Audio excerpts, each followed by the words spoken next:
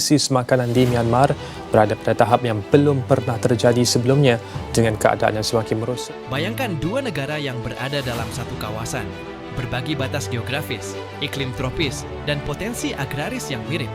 Namun, nasib keduanya bagaikan siang dan malam. Satu negara mampu menjaga stabilitas pangan, bahkan menjadi penyumbang komoditas bagi negara-negara tetangga. Yang satu lagi, justru terjebak dalam pusaran krisis pangan yang parah, hingga harus meminta bantuan ke tetangganya. Inilah kisah memilukan dari Myanmar, yang saat ini tengah terjerembab dalam krisis pangan nasional. Dan bagaimana Indonesia, negara tetangga di Asia Tenggara, mendapat permintaan bantuan resmi untuk menyuplai kebutuhan dasar, makanan. Krisis pangan yang menjerat Myanmar bukanlah hasil dari satu malam. Akar permasalahannya dapat ditelusuri sejak kudeta militer pada Februari 2021, saat junta militer menggulingkan pemerintahan sipil yang dipimpin oleh Aung San Suu Kyi. Sejak saat itu, negara tersebut mengalami kekacauan sosial politik berkepanjangan, termasuk gelombang protes, perang sipil antara militer dan kelompok etnis bersenjata, serta penurunan drastis dalam stabilitas ekonomi. Dengan lebih dari 18 juta orang diperkirakan hidup dalam kerawanan pangan pada pertengahan 2025. Menurut World Food Programme (WFP), Myanmar kini menghadapi krisis yang bukan hanya berwajah kemanusiaan, tapi juga bencana pembangunan. Produktivitas pertanian menurun tajam akibat konflik, harga bahan pangan melonjak karena inflasi, dan distribusi pangan terhambat oleh medan pertempuran yang tidak stabil. Sementara itu, akses ke bantuan kemanusiaan internasional juga semakin tertutup karena sikap protektif rezim junta. Puncaknya terjadi pada akhir Mei 2025. Pemerintah Indonesia menerima permintaan bantuan resmi dari otoritas Myanmar melalui jalur diplomatik ASEAN. Permintaan tersebut mencakup suplai beras, minyak goreng, dan makanan instan yang siap konsumsi. Meski secara formal, Myanmar tetap diwakili junta militer, permintaan ini juga dikawal oleh pihak ASEAN Humanitarian Assistance (AHA Center), menjadikannya lebih sebagai respons kemanusiaan regional daripada pengakuan politik. Indonesia, sebagai negara dengan surplus beras yang relatif stabil sepanjang 2025, berkat musim panen yang menguntungkan dan kebijakan stabilisasi Bulog, dinilai mampu membantu tanpa mengorbankan stok domestik. Pemerintah Indonesia pun dikabarkan tengah menimbang pengiriman 10.000 ton beras sebagai bantuan tahap pertama, sambil memastikan distribusinya diawasi oleh lembaga kemanusiaan ASEAN, bukan militer Myanmar. Permintaan bantuan pangan ini membuka lapisan baru dalam hubungan diplomatik kawasan. Secara geopolitik, Indonesia berada di posisi yang kompleks. Di satu sisi, Indonesia menjunjung tinggi nilai demokrasi dan menolak pengakuan penuh terhadap junta militer Myanmar. Namun di sisi lain, sebagai anggota utama ASEAN dan kekuatan ekonomi terbesar di Asia Tenggara, Indonesia juga punya tanggung jawab moral dan strategis untuk mencegah krisis kemanusiaan yang bisa merembet ke negara lain. Beberapa pengamat menyebut respons Indonesia sebagai bentuk diplomasi pangan, strategi untuk memperkuat posisi regional melalui bantuan yang bersifat non-militer namun berdampak besar. Bantuan ini bisa digunakan untuk menekan junta agar lebih membuka akses kemanusiaan internasional dan menunjukkan bahwa solidaritas ASEAN masih hidup. Selain itu, Indonesia juga dapat mengamankan pengaruhnya di kawasan dengan cara yang tidak konfrontatif, namun tetap tegas secara prinsip. Dari segi ekonomi, ekspor beras dalam bentuk bantuan tidak merugikan secara langsung, justru bisa menjadi buffer untuk mengatasi kelebihan pasokan di dalam negeri yang bisa menekan harga pasar.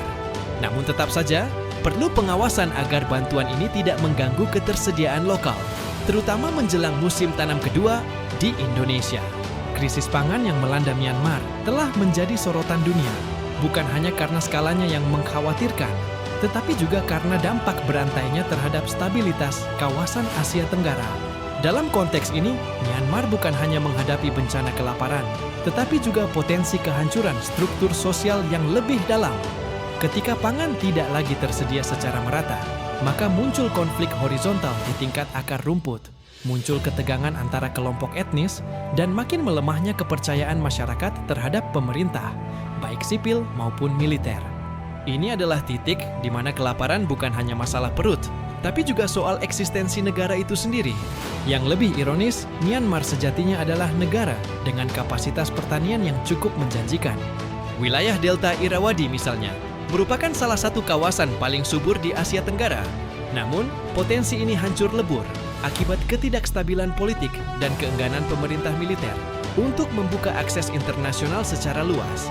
Alih-alih membangun ketahanan pangan yang inklusif, rezim militer justru mempersempit ruang gerak lembaga-lembaga bantuan, menutup jalur distribusi, dan mengontrol pasokan pangan untuk menjaga pengaruh kekuasaan.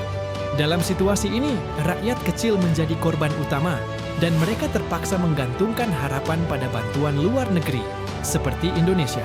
Sementara itu, di dalam negeri Indonesia sendiri, respons terhadap permintaan bantuan ini tidak seragam. Sebagian pihak menilai bahwa Indonesia tidak boleh terlalu terburu-buru membantu negara yang masih dikuasai rezim militer, apalagi jika bantuan tersebut berisiko digunakan untuk memperpanjang umur kekuasaan junta. Namun, narasi ini diimbangi oleh pandangan yang lebih progresif, bahwa bantuan kemanusiaan harus dipisahkan dari kalkulasi politik sempit. Bahwa dalam kondisi darurat seperti ini, yang perlu diselamatkan adalah nyawa dan kelangsungan hidup masyarakat sipil Myanmar, bukan reputasi diplomatik semata. Dalam berbagai forum internasional, Indonesia juga tengah membangun posisi sebagai pemimpin moral di kawasan, bukan hanya dari sisi ekonomi, tetapi juga dari pendekatan kemanusiaan dan solidaritas antar bangsa. Oleh karena itu, jika langkah bantuan ini dijalankan dengan transparan dan akuntabel, melibatkan organisasi lintas negara seperti AHA Center dan WFP, maka Indonesia tidak hanya memperkuat citranya sebagai negara berpengaruh, tetapi juga sebagai penyelamat di tengah krisis yang tak berujung. Lebih jauh lagi, krisis ini menjadi semacam cermin reflektif bagi Indonesia sendiri. Kita diingatkan betapa pentingnya menjaga ketahanan pangan dalam negeri dengan serius. Saat negara tetangga terjerumus dalam krisis karena konflik politik dan kebijakan pangan yang buruk, Indonesia harus menjadikan itu sebagai pelajaran nyata.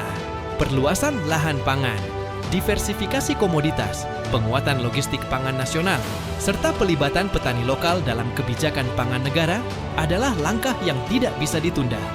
Jangan sampai Indonesia hanya menjadi penolong sesaat bagi Myanmar, tapi lupa membentengi diri dari potensi krisis serupa di masa depan. Perjalanan Myanmar menuju pemulihan masih panjang. Bantuan pangan hanyalah awal dari upaya penyelamatan lebih besar yang melibatkan rekonsiliasi politik, restrukturisasi ekonomi, dan rekonstruksi sosial pasca konflik. Indonesia bersama negara-negara ASEAN lainnya perlu tetap berada dalam posisi siaga, siap merespons perubahan apapun, baik yang positif maupun sebaliknya. Jika momentum ini tidak dimanfaatkan untuk membangun struktur bantuan regional yang lebih permanen dan responsif, maka Asia Tenggara akan tetap menjadi kawasan yang rapuh terhadap gejolak internal. Namun, di balik semua tantangan itu, selalu ada ruang untuk harapan. Harapan bahwa politik bisa tunduk pada kemanusiaan. Harapan bahwa solidaritas lintas negara bisa mengalahkan ego nasionalisme sempit. Dan harapan bahwa rakyat Myanmar suatu hari nanti bisa menikmati makanan di meja mereka tanpa rasa takut, tanpa harus mengemis pada dunia, dan tanpa dijadikan sandera oleh kekuasaan yang seharusnya melindungi mereka.